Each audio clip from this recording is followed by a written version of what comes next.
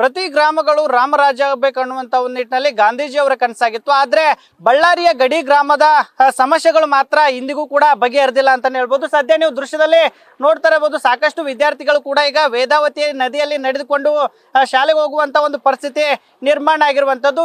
ಸದ್ಯ ಈ ದೃಶ್ಯ ಕಾಣ್ತಿರುವಂತದ್ದು ಬಳ್ಳಾರಿ ಜಿಲ್ಲೆಯ ಬಳ್ಳಾರಿ ತಾಲೂಕಿನ ಬೆಣಕಲ್ ಗ್ರಾಮದಲ್ಲಿ ಈ ಒಂದು ದೃಶ್ಯ ಕಾಣ್ತಿರುವಂತದ್ದು. ಅಂದ್ರೆ ಸುಮಾರು 30ಕ್ಕೂ ಹೆಚ್ಚು ವಿದ್ಯಾರ್ಥಿಗಳು ನದಿಯನ್ನ ದಾಟಿಕೊಂಡು ಪಾಠ ಪ್ರವಚನಕ್ಕೆ ಹೋಗುವಂತ ಒಂದು ಪರಿಸ್ಥಿತಿ ನಿರ್ಮಾಣ ಆಗಿರುವಂತದ್ದು. ಈಗಾಗಲೇ ನೀವು ದೃಶ್ಯದಲ್ಲಿ ನೋಡ್ತಾ ಇರಬಹುದು, ವಿದ್ಯಾರ್ಥಿನಿಗಳು ಕೂಡ ಸಾಕಷ್ಟು ರೀತಿಯಾದಂತ ಒಂದು ಹರಸಾಹಸವನ್ನ ಪಟ್ಟು ಈ ಒಂದು ನದಿಯಲ್ಲಿ ನಡ್ಕೊಂಡು ಬರ್ತಾ ಇರುವಂತದ್ದು. ಒಂದ್ ಕಡೆ ವೇದಾವತಿ ನದಿ ಕೂಡ ಸಾಕಷ್ಟು ಬೋರ್ಗರಿತಾ ಇರುವಂತದ್ದು, ಸಾಕಷ್ಟು ನೀರು ಕೂಡ ಹರಿದುಕೊಂಡು ಹೋಗುವಂತ ಒಂದು ಪರಿಸ್ಥಿತಿ ಈಗ ನಿರ್ಮಾಣ ಆಗಿರುವಂತದ್ದು. ಮತ್ತೊಂದ್ ಕಡೆ ಇದೇ ಒಂದು ನದಿಯ ಪಕ್ಕದಲ್ಲಿರ್ತಕ್ಕಂಥ ಬಾಣಾಪುರ ಶಾಲೆಗೆ ಅಂದ್ರೆ ಈ ಒಂದು ನದಿಯನ್ನ ಅರ್ಧ ಕಿಲೋಮೀಟರ್ ದಾಟಿಕೊಂಡು ಪ್ರತಿನಿತ್ಯವೂ ಪಾಠ ಕಲಿಯುವಂತ ಒಂದು ಪರಿಸ್ಥಿತಿ ನಿರ್ಮಾಣ ಆಗಿರುವಂತದ್ದು. ಇನ್ನೊಂದ್ ಕಡೆ ನೀವು ದೃಶ್ಯದಲ್ಲಿ ಗಮನಿಸ್ತಾ ಇರಬಹುದು, ಇಲ್ಲಿ ಎತ್ತಿನ ಬಂಡಿ ಕೂಡ ಇರುವಂತದ್ದು. ಅದನ್ನು ಕೂಡ ತೆಗೆದುಕೊಂಡು ರೈತರು ನಿತ್ಯ ಈ ಒಂದು ನದಿಯನ್ನ ದಾಟಿಕೊಂಡು ಅವ್ರ ಜಮೀನುಗಳಿಗೆ ತೆರಳಿ ಕೆಲಸವನ್ನ ಮಾಡಿಕೊಳ್ಳುವಂತ ಒಂದು ಪರಿಸ್ಥಿತಿ ನಿರ್ಮಾಣ ಆಗಿರುವಂತದ್ದು. ಕಾರಣ ಇಷ್ಟೇ, ಸ್ವತಂತ್ರ ಬಂದು 78 ವರ್ಷ ಗತಿಸಿದ್ರು ಕೂಡ ಈ ಒಂದು ನದಿಗೆ ಸೇತುವೆ ಮಾಡ್ಬೇಕನ್ನುವಂತ ಒಂದು ನಿಟ್ಟಿನಲ್ಲಿ ಈ ಒಂದು ಗ್ರಾಮಸ್ಥರ ಮನವಿ ಆಗಿತ್ತು. ಆದ್ರೆ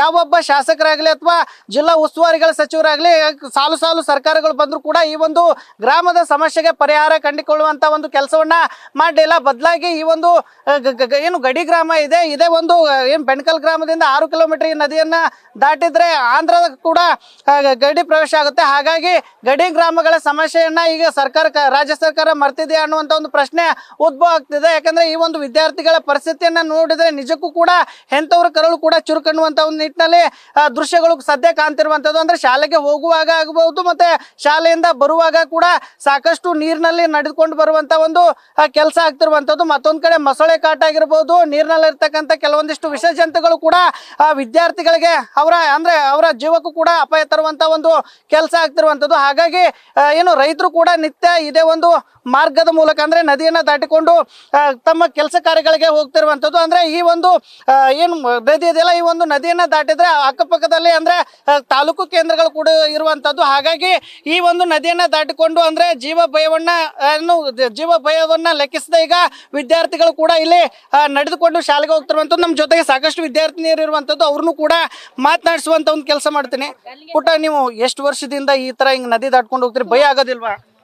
ಬಹಳ ಭಯ ಆಗುತ್ತೆ ಅಣ್ಣ. ಸುಮಾರು 80 ವರ್ಷಕ್ಕೂ ಜಾಸ್ತಿ ಜನ ಇಲ್ಲಿ ಹೋಗಿದ್ದಾರೆ.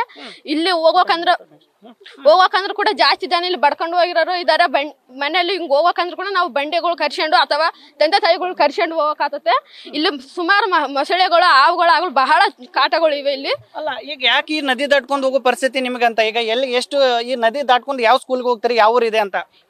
ನದಿ ದಾಟ್ಕೊಂಡು ಹೋಗಕಂದ್ರೆ ಬಾಣಾಪುರ ಸ್ಕೂಲ್ ಪ್ರೌಢಶಾಲೆ ಇದೆ. ಇಲ್ಲಿ ಹೋಗಕಂದ್ರೆ ನಾವು 3 ಕಿಲೋಮೀಟರ್ ಇದೆ. ಇಲ್ಲಿಂದ ಹೋಗಕಂದ್ರೆ 2 ಕಿಲೋಮೀಟರ್ ಜಾಸ್ತಿನೂ ಅಗ್ರೆ ಬರ್ತಿದೆ. ಹಿಂಗ್ ಹೋಗಕಂದ್ರೆ ಕೂಡ ನಮ್ಮ ಮೈಯೆಲ್ಲ ನೆನ್ಸ್ಕೊಂಡು ಹೋಗಕತ್ತಣ್ಣ. ಮತ್ತೆ ಸ್ಕೂಲ್ ಹೋದಾಗ ಒದ್ದೆ ಬಟ್ಟೆಗಳು, ಆಮೇಲೆ ಈ ಹರಿಯೋ ನೀರ್ ಇರುತ್ತೆ, ಅದ್ರಲ್ಲಿ ತೆಗ್ಗ ಆಳ ಇರುತ್ತೆ, ಮೊಸಳೆಗಳು ಬರ್ತವೆ, ಹೆಂಗೆಲ್ಲ ಈ ಸವಾಲುಗಳು ಫೇಸ್ ಮಾಡ್ತೀರಿ ಅಂತ? ಸವಾಲುಗಳು ಫೇಸ್ ಮಾಡ್ಕೊಂಡು ಹೋಗಕತ್ತಣ್ಣ. ಇಲ್ಲಾಂದ್ರೆ ನಮಗೆ ಸ್ಕೂಲ್ ಹೋಗಕಂದ್ರೆ ನಾವು ಬಹಳ ತೊಂದರೆನ ಅನುಭವಿಸ್ತಿದೀವಿ. ಜಾಸ್ತಿ ಇಷ್ಟ ಬೇಕಂದ್ರೆ ನಮಗೆ ಪ್ರಮುಖವಾಗಿ ಇಲ್ಲಿ ಸೇತುವೆ ಆಗ್ಬೇಕಣ್ಣ. ಇನ್ನೋರ್ವ ವಿದ್ಯಾರ್ಥಿಗೆ ಅಂದ್ರೆ ಈ ಗ್ರಾಮದ ಮುಖಂಡರು ಕೂಡ ಇರುವಂತದ್ದು, ಅವ್ರನ್ನು ಕೂಡ ಮಾತಾಡಿಸ್ತಾ ಹೋಗ್ತೀನಿ. ಸರ್, ಈಗ ಎಷ್ಟು ವರ್ಷದಿಂದ ಈ ಒಂದು ಸಮಸ್ಯೆ ನಿಮಗೆ ಎದುರಾಗಿತ್ತು ಅಂತ? ಈಗ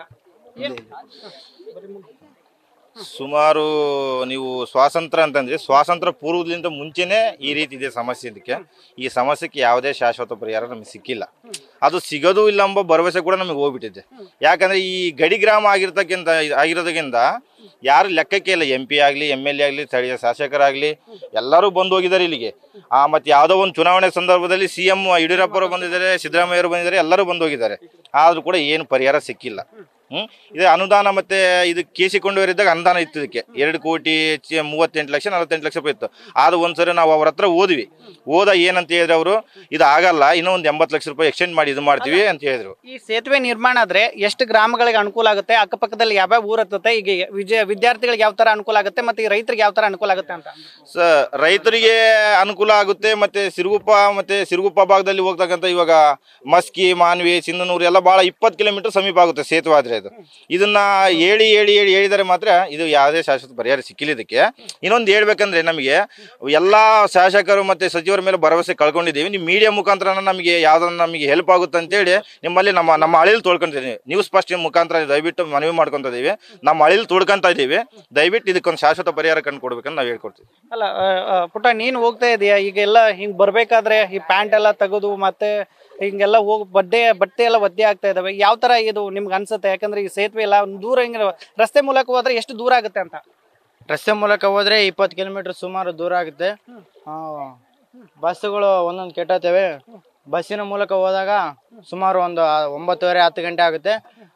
ಅರ್ಧ ಡಿಗೆನ ನಾವು ಇವಾಗ 10th ಇದೀವಲ್ಲ ಸರ್, ಸ್ಪೆಷಲ್ ಕ್ಲಾಸ್ ಅವೆಲ್ಲ ತಗೊಂತಾರೆ ಸರ್. ಅವೆಲ್ಲ ಮುಗಿಸ್ಬಿಟ್ಟಿರ್ತಾರೆ ಸರ್ ಅರ್ಧ ಡಿಗೆ. ಬ್ರಿಡ್ಜ್ ಬೇಕಂತಾರ? ಹ್ಞೂ ಸರ್. ಹಾಗಾಗಿ ನಿಮಗೆ ಏನಾಗ್ಬೇಕು ಈಗ ನಿಮ್ಗೆ ಊರಿಗೆ? ಬ್ರಿಡ್ಜ್ ಕಟ್ಸೋಕಂತ ವಿನಂತಿ ಮಾಡಿ.